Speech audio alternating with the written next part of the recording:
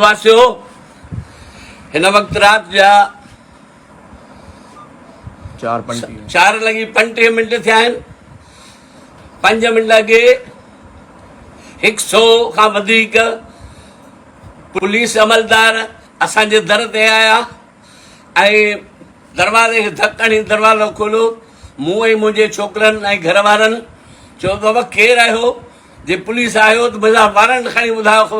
नतीजतन हुननि असांजे घर जो लोही दरवाज़ो टोड़े आया ऐं मुंहिंजा 2 पुट रूपलो ऐं होशू, जिन जो सासत सां को बि वास्तो कोन्हे, उन्हनि ॿिन्ही खे पुठां उघाड़े ऐं पेरनि उघाड़े लठियूं हणंदा कुंदा हणंदा खणी विया।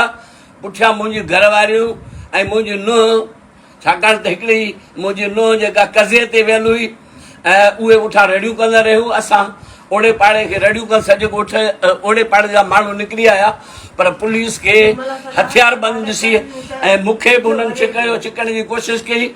मुंहिंजी कमीस लही वई, जंहिं सूरत में हिन वक़्तु मां बीठो आहियां, ऐं हू खणी विया आहिनि।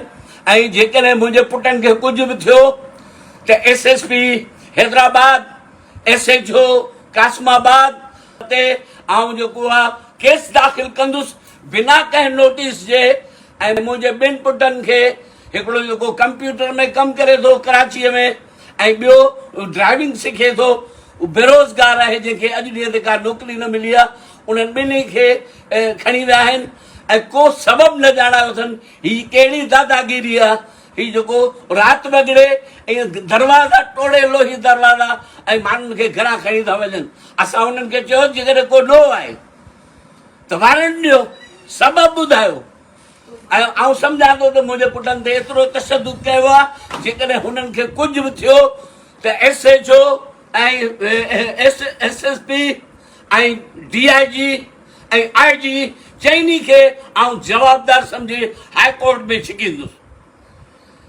ही जेकॾहिं हुननि खे को सियासी इल्ज़ाम आहे, जेकॾहिं सिंध जी क़ौमी हवाले सां को इल्ज़ाम आहे, त हू इल्ज़ाम हणी ऐं वाज़े करे खणनि। ही दादागिरी तौरु जेको आहे राता हणी शबख़ून हणी जेको कयो थो वञे, ऐं आउं उनजी न रुॻो मज़म्मत कयां थो, पर हिन मुल्क जे हुक्मराननि खे चवां थो त ही बदतमीज़ीअ जो राज ख़तमु कयो वञे।